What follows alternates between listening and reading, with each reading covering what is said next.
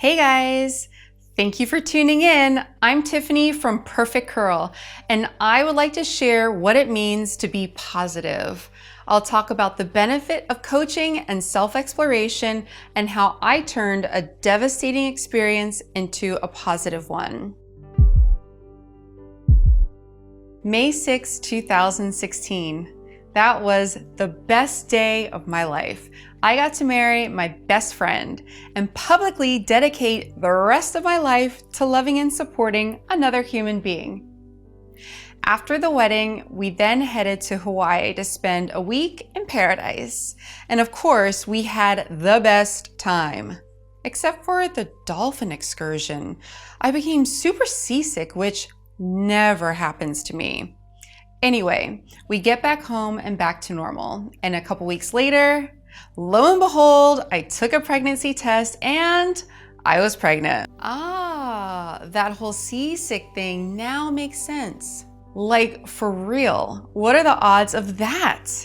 We had tried but stopped because honestly, I didn't want to walk down the aisle knocked up. Have you seen me in my wedding dress? Yeah. So life was good and everything was back to normal, including school. In my training to become a health coach, I worked with a coaching partner to gain experience and insight into the coaching process. During our sessions, we were to explore areas that we wanted to work on so that we could set weekly goals and experiments. One of my areas that I wanted to work on was my negative self-talk. Look, it ain't just me, some of y'all have negative self-talk too. According to Dr. Jack Chisholm, we have about 68,000 thoughts per day, and 70% of those are negative. So we're all in good company. It really is true that we are our own worst enemies, and I wanted, and still work, to become my biggest fan.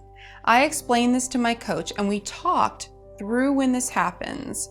She asked my permission if she could give me some strategies that could help offset this when it happens.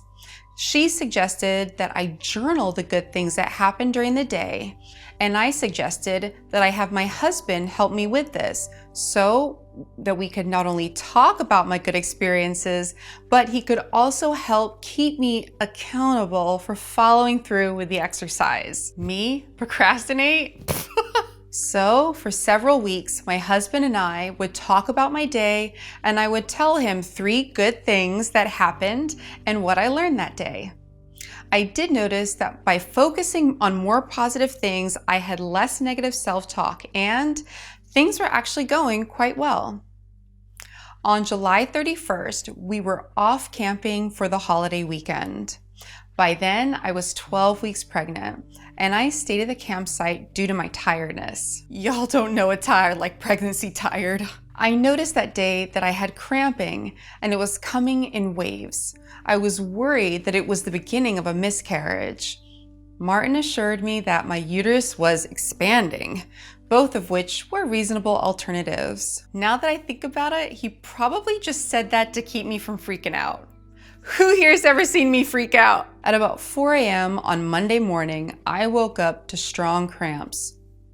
Martin had given me a lavender and flaxseed heating pad for Christmas. Seriously guys, this is literally the best thing ever. It just feels like warm and cozy goodness. The contractions were strong and the heating pad worked its magic so I could get a bit of rest, unsettled as it was.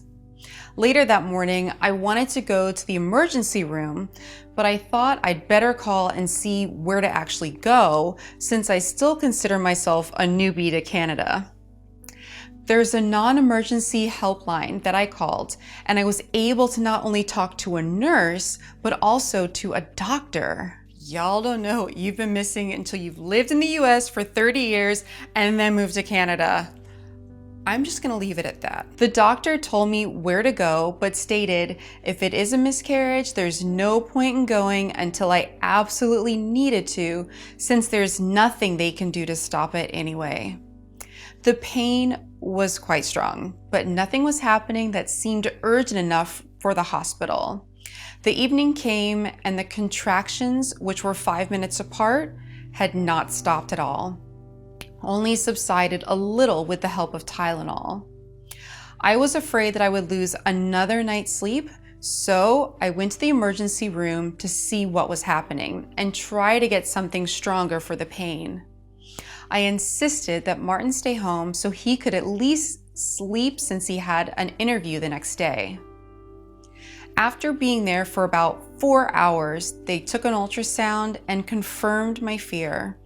The baby stopped developing and they could not find a heartbeat. Just a few weeks earlier, I saw the heartbeat on the first ultrasound fluttering away like a hummingbird. After trying for about a year, we were ecstatic that just after the wedding we got pregnant, and we had just the week before told our close friends and family. They sent me home and said that if and when I needed to come back to do so, but often this resolves itself on its own. Most of Sunday evening and Monday, I had cried off and on. Martin did his best to console me, but this would be nature's way of resolving a problem. And of course, I was feeling the sadness of the expected loss, but I was also scared of what pain would be coming in the near future, considering what I was feeling now. On Tuesday, the contractions subsided a bit with the help of the medication, and I was feeling better about that. For lunch, Martin came home, and after returning back to work, the contractions began in 1-minute intervals. I knew it was getting close, and I laid in bed praying it would be over soon. About 20 to 30 minutes, the intervals stopped. Yay!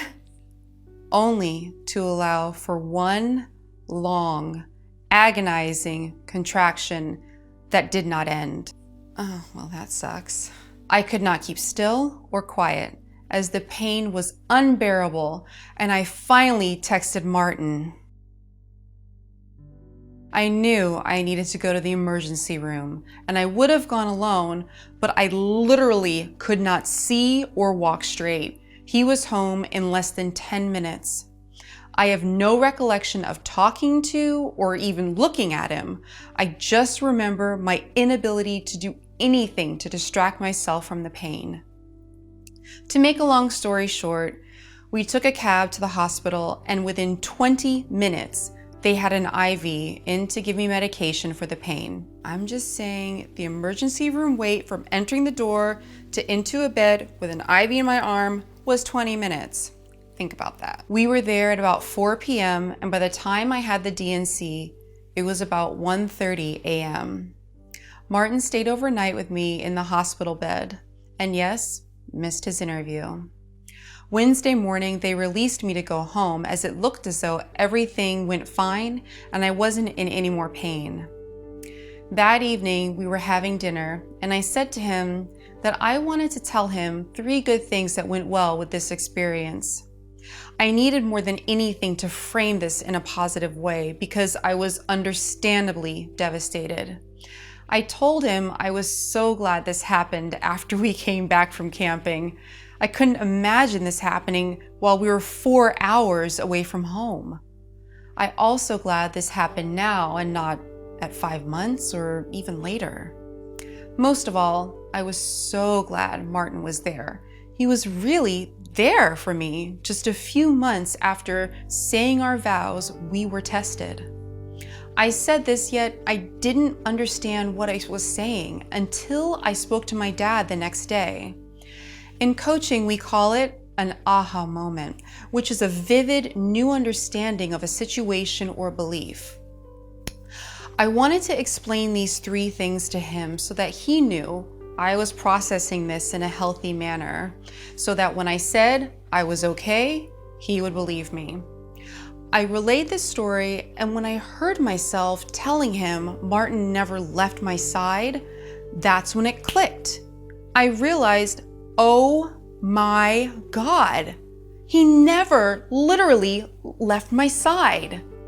He never went to the bathroom. He never went to get a drink of water.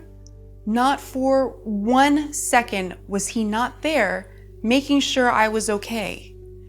He always held my hand or was touching me. A touch from a loved one is a very important part of recovery. I truly believe that this happened to me for a reason. This baby came into the world for 12 weeks and 2 days just to leave so that I would know how much this man loves me and that he will never leave my side.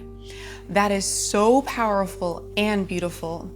Of course, I still feel sad for what was lost, but how can I not feel grateful and gratitude for what is left? I felt closer and even more connected in our relationship. Had I not months before gotten into the practice of being grateful, I might not have been able to have this aha moment when retelling the story. This is why the work that you do is so important. Putting in the effort to be more mindful, more grateful, and more present helps to build up your resilience so that you can handle what life brings you, and oftentimes will lead you to find a deeper meaning in your experiences.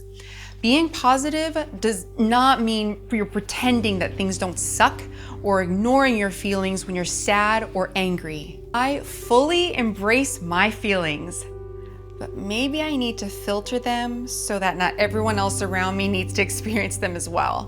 But it's knowing that you will make it through and be a better and stronger person because of it.